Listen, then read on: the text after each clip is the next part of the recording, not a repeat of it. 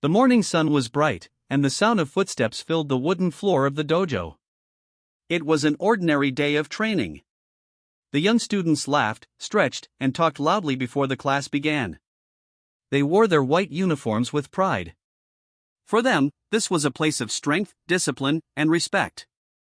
At the center of the hall stood Sensei Haruto, a man with sharp eyes and calm movements. He watched his students carefully, nodding when they bowed, correcting when they made mistakes. Every student respected him. He was the master of the dojo, and they trusted his every word. But none of them knew that today would not be ordinary. Today, something unusual was about to happen, something that would test their pride and shake their beliefs. The wooden doors slid open with a slow creak. Everyone turned their heads. A figure appeared at the doorway. It was an old woman. Her back was slightly bent, her hair was thin and gray, tied in a simple bun. She wore plain clothes, not a student's uniform. Her steps were small and shaky, and she carried a wooden stick to help her walk. The room went silent for a moment. Then whispers began. "Who is she?" one boy whispered. "Maybe she's lost," another giggled. "Why would an old lady come here?" someone muttered. Some students covered their mouths and laughed. A few tried to hide their smiles, but the mocking tone filled the air. The old woman looked at them without anger. Her eyes were calm, deep, and strangely sharp, as if they carried years of secrets. She walked slowly toward the group. Each step echoed louder than the whispers around her. "Excuse me," she said softly, her voice thin but clear. "I want to join the class." For a second, the students froze. Then the laughter burst out openly. "Join the class," one boy repeated loudly. "She can't even stand straight. If she tries a kick, her bones will break." The mocking grew louder. A few students even pretended to walk like her, bent and slow, making the others laugh harder. The old woman stayed quiet. She did not argue, did not frown. She only looked around the room as if she had seen this many times before. But Sensei Haruto had not said a single word yet. He stood still, his eyes fixed on the old woman. "Sensei," one student said between laughs, "tell her she can't join. This is a place for warriors, not old grandmothers." Another added, "Maybe she came here to sweep the floor." More laughter followed. The sensei slowly raised his hand, and the room fell silent. His face was serious. He stepped forward, stopping in front of the old woman. For a moment, he simply looked at her, his sharp eyes softening as if recognizing something the students could not. The old woman looked back at him. No words passed between them, but something heavy hung in the air. Then, to everyone's shock, Sensei Haruto bowed his head deeply. The students gasped. "Master," he said quietly, his voice filled with respect. "Welcome back." The dojo turned silent again. The mocking smiles disappeared. The laughter stopped at once. Every student stared in disbelief. "Master," one student whispered. Did Sensei just call her master? That can't be true." The old woman smiled faintly, her eyes shining. She lifted her hand slightly, as if telling him not to bow so low. But Sensei did not move. He remained bowed before her, showing the deepest respect a warrior could give. The students exchanged looks of confusion and fear. The woman they mocked seconds ago was now standing above their own sensei in respect. Their hearts raced. Their minds filled with questions. Who was she? Why would their sensei, the strongest man they knew, call her master? And what kind of power could hide inside such a fragile body? The dojo was no longer an ordinary place. The air felt heavy. The walls seemed to listen.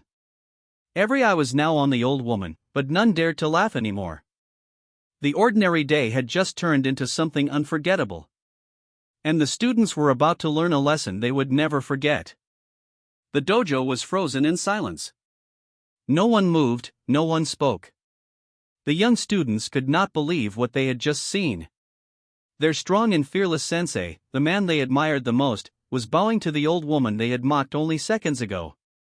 Their hearts beat faster. Their eyes went from the old lady to the sensei and back again. "Master," one boy whispered again, as if hoping he had misheard. The sensei slowly rose from his bow. His face was calm but serious, his eyes steady. He turned to look at his students, who now stood stiff and pale. "You laughed," he said quietly. "You mocked her. Do you know who she is?" No one answered. Heads lowered. Feet shuffled nervously on the wooden floor. The old woman smiled faintly, as if she did not mind their earlier behavior. She folded her hands together and waited patiently, her presence calm but heavy, like a mountain standing in silence. One brave student raised his hand and asked, "Sensei, why did you call her master? She looks so weak." The sensei's sharp eyes turned to him. "You see weakness only because you are blind," he replied. The room grew colder. The students felt uneasy. Some exchanged nervous glances. They had never seen their sensei speak in such a heavy tone. Another boy muttered under his breath, "She's just an old woman," but the words felt empty even as he said them. The sensei stepped aside, giving space to the old woman. He bowed again, though not as deeply, and said, "Please, show them why they must hold their tongues." The old woman shook her head gently. Her voice was soft but firm. "No. Not yet. Let them first understand their mistake with silence." Her words, though simple, carried power. Every student lowered their eyes, ashamed of the laughter that had filled the dojo minutes earlier. The room felt heavy. The sound of the outside world, the wind, the birds, even the distant noise of the street, seemed to vanish. Only the silence inside remained. Finally, the old woman looked around at the faces of the young students. Her eyes were not angry, but they pierced deep into their hearts. "Youth is full of pride," she said softly. "But pride can blind you." Some students swallowed hard.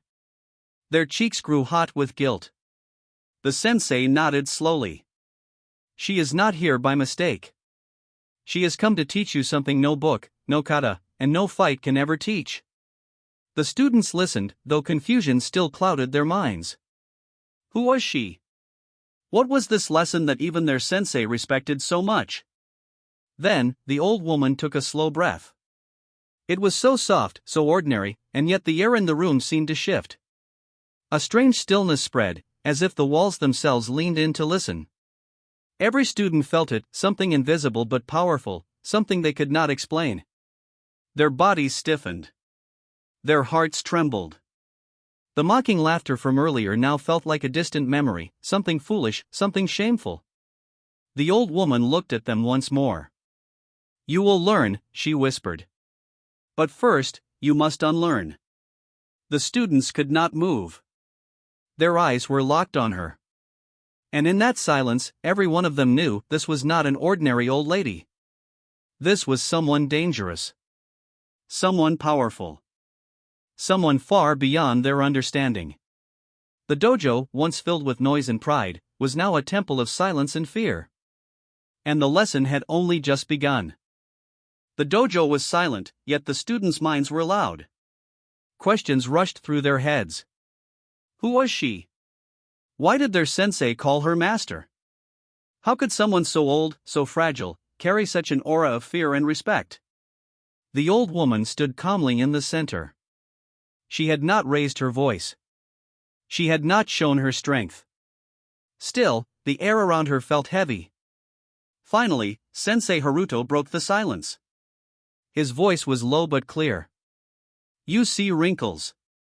You see weak bones. But you do not see her truth. This woman is the reason I am standing here today. She is the one who trained me." Gasps filled the dojo. "No way," one student muttered. "That's impossible," another said. "How can she be stronger than Sensei?" The sensei's eyes narrowed. "Do you think strength lives only in young muscles? Do you think power is measured only by speed and force?" The students fell silent again, their shame deepening. Sensei Haruto turned to face the old woman. His voice softened with respect. "They do not know your story, master. Perhaps it is time they learned. The old woman closed her eyes for a moment. Memories seemed to pass across her face, some painful, some full of pride. She opened her eyes slowly and began to speak. Many years ago, she said softly, I was not weak. I was feared. In every tournament, every challenge, I stood undefeated. Warriors from many lands came to test me, but none could defeat me. The student's jaws dropped.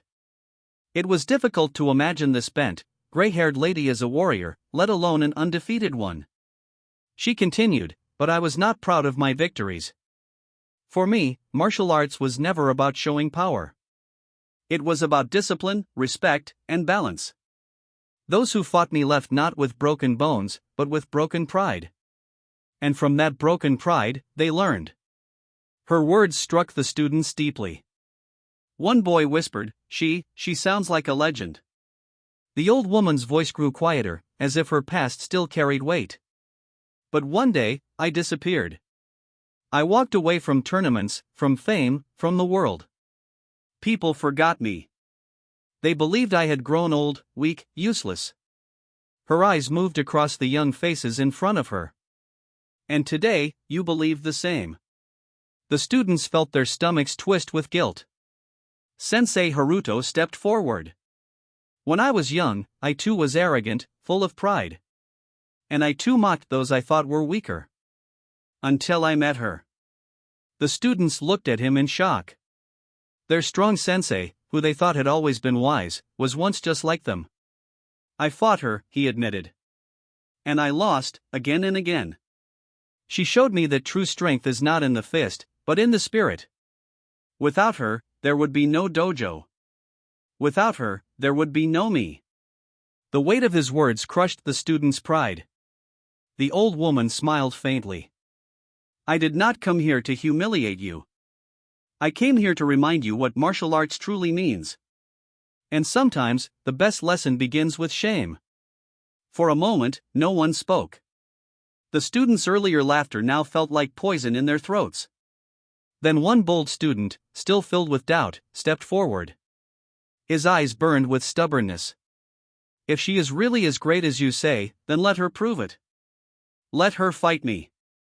Gasps filled the room again. Are you crazy? One whispered. She's an old woman, another said. But maybe she can't really fight anymore. The old woman turned her eyes toward the challenger. She did not look angry. Instead, she looked calm, almost sad. If that is what you wish, she said softly, then I will accept. The dojo trembled with tension. The students leaned forward, unable to look away. The old woman placed her wooden stick aside and straightened her fragile back. For the first time, the students saw her stand tall, not like a weak grandmother, but like a warrior from the past. The challenger tightened his fists, ready to strike. And the lesson was about to begin. The dojo floor felt colder than ever. The students stood in a circle, their eyes wide with fear and excitement. The challenger, a young, strong boy, tightened his fists. His pride pushed him forward, even as his heart pounded in his chest. Across from him stood the old woman. Her back was straight now, her hands calm at her sides. She did not look nervous, nor did she prepare like a fighter. She simply stood, waiting. Sensei Haruto watched carefully but said nothing. His eyes carried a warning, but the challenger ignored it. I'll prove it, the boy muttered under his breath. She's just old. She can't be stronger than me. He bowed quickly, more out of habit than respect, and then rushed forward with a powerful punch. But in that moment, something strange happened. The old woman did not move. She only tilted her head slightly, and the punch missed her by inches. The boy stumbled forward, his balance broken. Gasps filled the room. He turned quickly, trying again with a kick. Faster, harder. But the old woman stepped aside with a small, graceful movement. The kick cut through the air but touched nothing. The students could not believe what they were seeing. Her movements were not fast, not explosive, but they were perfect. Each time, she moved just enough, with no wasted effort. The challenger grew red with frustration. Stand still and fight me, he shouted, charging again. This time, the old woman raised her hand gently. With the lightest touch, she redirected his arm. The boy's own speed carried him off balance, and he fell to the floor with a heavy thud. The dojo echoed with silence. The old woman did not laugh. She did not boast. She simply looked down at him and said softly, "Strength without control is weakness." The boy's face burned with shame as he struggled to rise. But his pride made him try again. He launched another attack, faster than before, determined to prove himself. Yet again, she stepped aside, calm as the wind. She placed 2 fingers lightly on his shoulder, and his own force sent him crashing to the ground once more. The students gasped louder this time. Their hearts raced. They were watching something they had never seen before: power without violence, strength without anger. The boy lay on the ground, panting. Sweat dripped from his forehead. His fists trembled, but his spirit was breaking. The old woman knelt slowly, her face close to his. "Do you understand now?" she asked gently. "Fighting is not about defeating others. It is about defeating your own pride." Her words cut deeper than any strike. Tears filled the boy's eyes. His fists opened, and his head lowered in shame. Finally, he bowed deeply to her. I'm sorry," he whispered. The old woman placed her hand softly on his head. "Good. Now you are ready to learn." The students, who had mocked her only hours ago, now stood frozen. Their hearts beat fast, not with laughter, but with respect and fear. Sensei Haruto finally spoke. His voice was steady, filled with pride. "This is why I call her master. Today you have seen what I once saw, the truth of martial arts." The students lowered their eyes. One by one, they began to bow, their pride melting away into respect. The boy who had challenged her remained on his knees, his head still bowed. He had been defeated, but not by force, by wisdom. The old woman rose slowly. Her movements were calm, graceful, and full of dignity. She looked around at the students and said, "The lesson has only begun." The dojo was no longer a place of laughter and pride. It had become a place of humility, silence, and respect. And every student knew they would never see martial arts the same way again. The dojo was silent, heavy with respect. The challenger still knelt on the floor, his pride broken, his eyes lowered. Around him, the other students stood in awe, their hearts shaken. The old woman looked at all of them. Her eyes were calm, yet sharp, like a blade hidden inside silk. She walked slowly, each step echoing in the silence of the hall. Finally, she spoke. Her voice was soft, but it carried to every corner of the dojo. "You train your fists. You train your kicks. But what about your heart? What about your mind?" The students shifted uncomfortably. No one dared to answer. "Strength without wisdom is like a sword without a hand," she continued. "It cuts, but it cannot protect. True martial arts is not about hurting others. It is about controlling yourself." Her words sank deep into their hearts. They remembered their laughter, their mocking, their pride. Now, every word felt like a mirror reflecting their mistakes. One student, the youngest, raised his hand carefully. His voice trembled. "Master, then why do we train so hard? Why do we fight at all?" The old woman's eyes softened. She walked closer to him and placed her hand gently on his shoulder. "You train not to fight," she said, "but to prepare. The world will test you not only with enemies, but with pain, with anger, with loss. Martial arts is not about defeating others, it is about defeating yourself, again and again, until nothing can control you but wisdom." The boy's eyes widened, and he nodded slowly, tears shining. Another student whispered, "All this time, we thought martial arts was about power." The old woman smiled faintly. "Power fades. Wisdom does not." The students lowered their heads, shame flooding them again. But this time, the shame was not heavy. It was a seed of change. Sensei Haruto finally stepped forward. His voice was deep with emotion. "You see now why I bowed to her. She is not just my teacher. She is the reason I found the true path of martial arts. His eyes grew wet, and for the first time, the students saw tears in their sensei's eyes. He bowed deeply before the old woman again, not as a formality, but from the deepest respect. One by one, the students followed. They bowed, not because of fear, but because their hearts told them to. The old woman closed her eyes, receiving their respect in silence. She did not smile proudly, nor did she look superior. Instead, her face was calm, almost sad. "Do not bow to me," she said softly. "Bow to the lesson. Bow to the truth you have learned today." The students stayed low, their foreheads touching the floor. Their hearts felt lighter, clearer. The old woman raised her eyes toward the ceiling, as if speaking to herself. "My time is nearly gone. But the future is in their hands. They must carry it forward." The students lifted their heads, watching her closely. In that moment, she no longer looked fragile. She looked timeless, like wisdom itself standing before them. The dojo was no longer just a training hall. It had become a temple of humility, discipline, and respect. And for the first time, the students understood what it truly meant to be a warrior. The dojo was filled with silence. Every student was still bowing, their hearts heavy yet clear. The old woman stood in the center, her hands folded in front of her. Her presence was calm, like a quiet river after a storm. She looked at the faces of the young students, faces once full of pride, now softened with humility. A gentle smile touched her lips. "You are the future," she said softly. "One day, your fists will be strong, your bodies fast. But remember this, strength will mean nothing if your hearts are weak.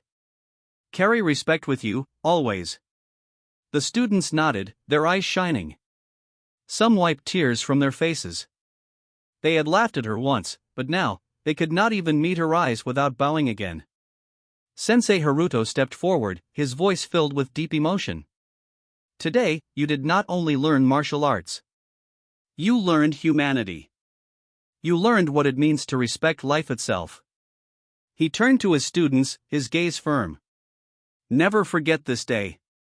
Never forget her." The old woman picked up her wooden stick again. She leaned on it gently, her body once more looking fragile and weak. But in the eyes of the students, she no longer appeared small. She appeared greater than anyone they had ever seen. Slowly, she began to walk toward the door. Each step echoed through the hall, leaving a mark on their hearts. The students wanted to stop her, to ask her to stay, to teach them more.